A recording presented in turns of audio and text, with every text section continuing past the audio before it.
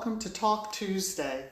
Today's topic is maximizing your caregiving experience, caring for your elderly parents, loved ones. Just some tips that I thought that I would share with all of you that I found helpful. So let me just start off with a disclaimer.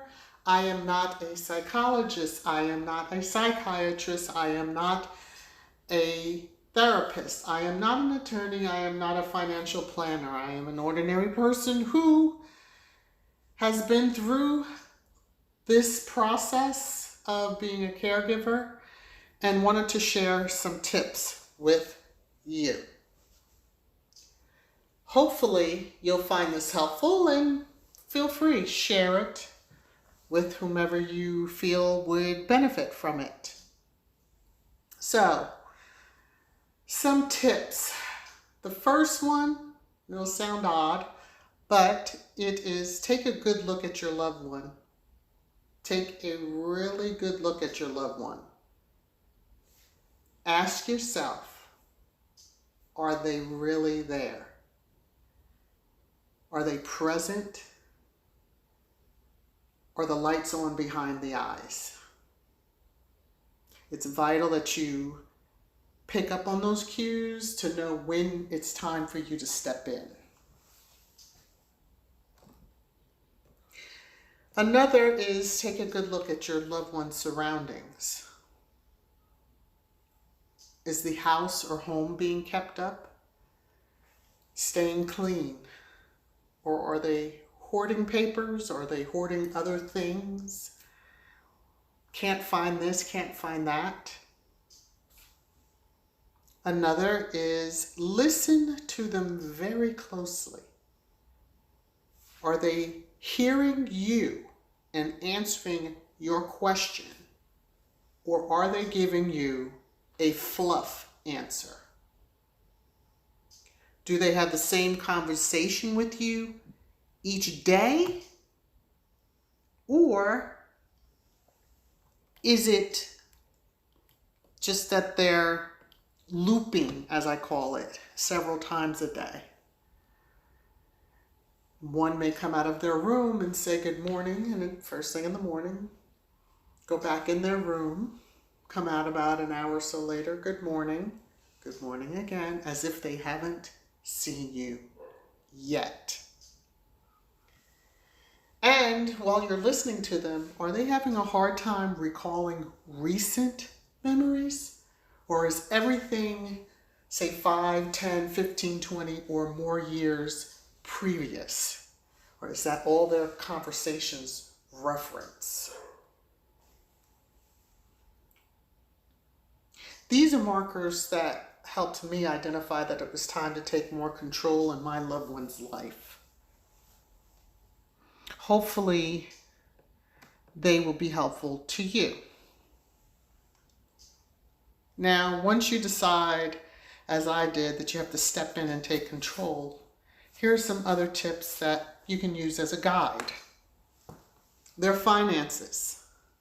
Now, this conversation will be a very difficult one, an uncomfortable one for both of you, I'm sure.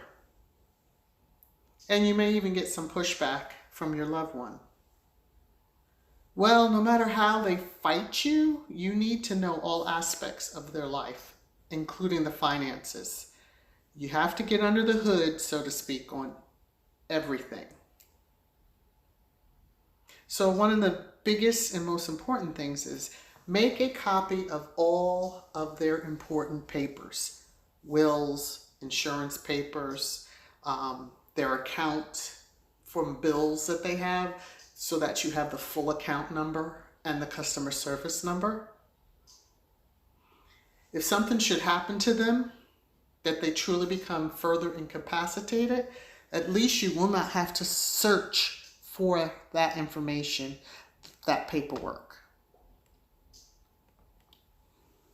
Look at all papers or envelopes that you find. Put your eyes on them.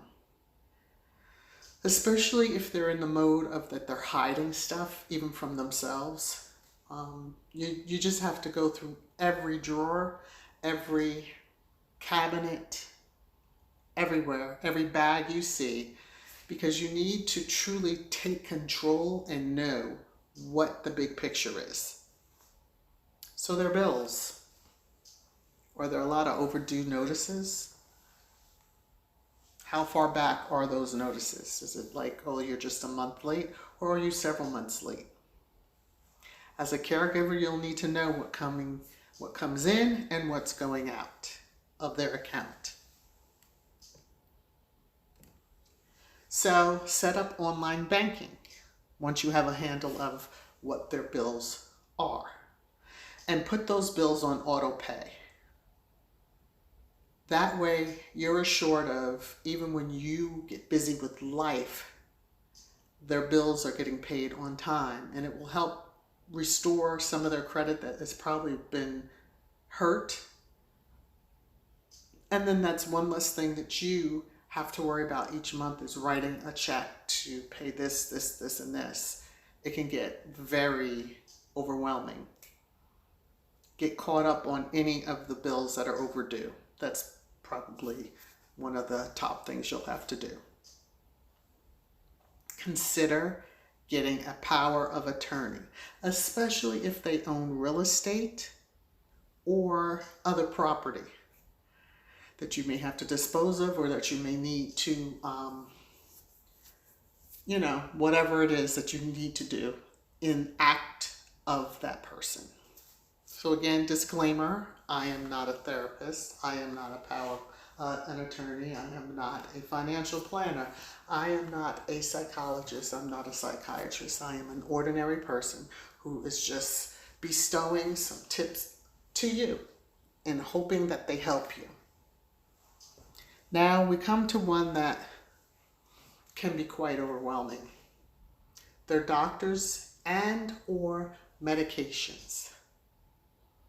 You should take them to the doctor, get to know their doctor, let the doctor get to know you. You are now their new emergency contact and advocate. As a caregiver, you should know the ins and outs, so to speak.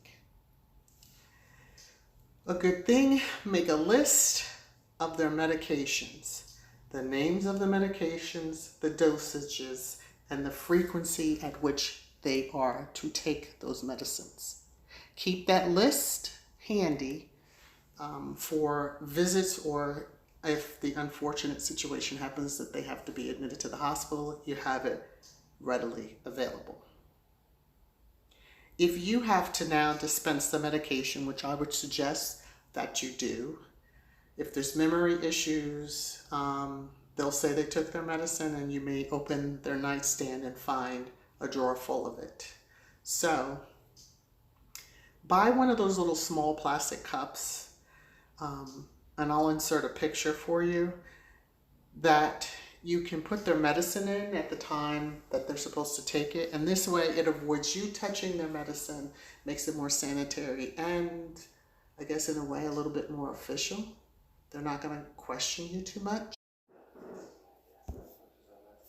So I'm sure there is more tips that I can come up with, and if I do think of some, I will make another video. But I would love to hear your thoughts. Leave a comment down below. You have any other tips that maybe there's something that I haven't even thought of? It might come in handy to me. So please leave that down below in the comment section. I appreciate you all so much for watching this video. Please give it a thumbs up. Please share.